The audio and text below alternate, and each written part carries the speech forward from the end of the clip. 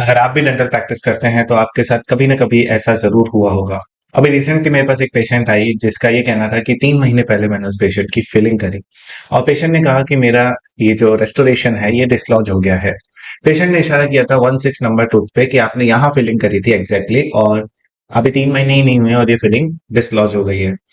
तो फिर मैंने पेशेंट से कहा कि चलिए एक बार आप मुझे जो भी प्रिस्क्रिप्शन पेपर है वो दीजिए, क्योंकि अगर 3 महीने ही पहले मैंने फिलिंग करी थी तो आपके पास उसका प्रिस्क्रिप्शन होना चाहिए। आप मुझे दीजिए, मैं एक बार चेक करता हूँ कि एक्चुअली में कहाँ पर मिस्टेक आ रही है। तब पेशेंट के हस्बैंड अंदर आए। पेशेंट के हस्बैंड ने कहा कि डॉक्टर साहब 3 महीने तो नहीं हुए, उससे थोड़ा ज्यादा हो गया, अप्रोक्सीमेटली 4-5 महीने हुए होंगे।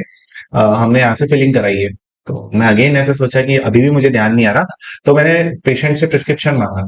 तो पेशेंट के पास प्रिस्क्रिप्शन उस टाइम प्रेजेंट नहीं था। साथ में पेशेंट ने ये और कहा कि हमने एक नीचे का दांत भी आपसे उस टाइम पे निकलवाया था, उसमें हमें कोई तकलीफ नहीं है, लेकिन ऊपर की जो फिलिंग करवाई थी वो डिसलॉज हो गई है। तो अब क्या हुआ, थोड़ा टाइम जब तक हम सोचें इस चीज को उतने में पेशेंट जो है वो एग्रेशन में आ गया।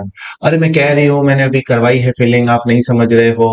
और वो बोलने लगे। हमने कहा आप थोड़ा सा हमें वक्त दीजिए, पहले मुझे ये वेरीफाई कर लेने दो कि हमने कौन सी फिलिंग करी, हमने क्यों फिलिंग करी, उसके एक्सरेज हैं या नहीं, वो सारी चीजें हमें एक बार वेरीफाई कर लेने दो, उसके बाद हम आगे बढ़ते हैं। और ऐसी स्थिति जब आती है ना, तो कई बार हमारे पास मेडिकल रिकॉर्ड्स नहीं होते।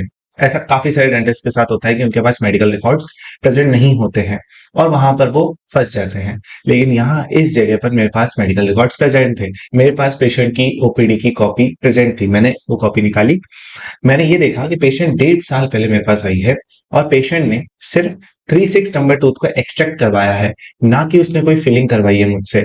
मैंने पेशेंट को ये नहीं बताया कि मुझे ओपीडी मिल गई है। मैंने पेशेंट को बोला कि मुझे लगता है आप 1.5 साल पहले आए हो और आपने कोई फिलिंग नहीं कराई, आपने सिर्फ दांत ही निकलवाया। पेशेंट ऐसा लग रहा था कि वो सिर्फ लड़ने के मूड में आई थी। तो पेशेंट ने कहा नहीं, आप ऐसे कैसे कर सकते हो, आप भूल कैसे सकते हो। फिर मैंने पेशेंट को कहा मेरे पास आपकी प्रीवियस ओपीडी की कॉपी है। पेशेंट उसी समय शांत हो गई। अच्छा, आपके पास है क्या पेपर? उसके बाद पेशेंट ने एक वर्ड तक नहीं कहा। उसके बाद मैंने पेशेंट को बोला अब क्या करवाना है आपको, तो बोले डॉक्टर साहब फिलिंग करानी है। अब यहाँ पर मुझे ये चीज समझ में नहीं आई कि पेशेंट को ये चीज पता थी, वो नाटक कर रही थी, या फिर वो एक्चुअल में उसको ऐसा लग रहा था कि उसने मुझसे फिलिंग कराई है, क्योंकि पेशेंट ने 3-4 डॉक्टर्स चेंज किए थे। तो अब ये चीज सच थी या झूठ थी ये पता नहीं चला, लेकिन पेशेंट के एक्सप्रेशन देखने पर मुझे ऐसा लग रहा था कि उसको ये सारी चीजें पता है। वो 1.5 साल को 3 महीने बता रही थी, इसलिए ओपीडी का रिकॉर्ड रखना बहुत जरूरी है। तो वो मैं रिकॉर्ड्स कैसे रखता हूँ,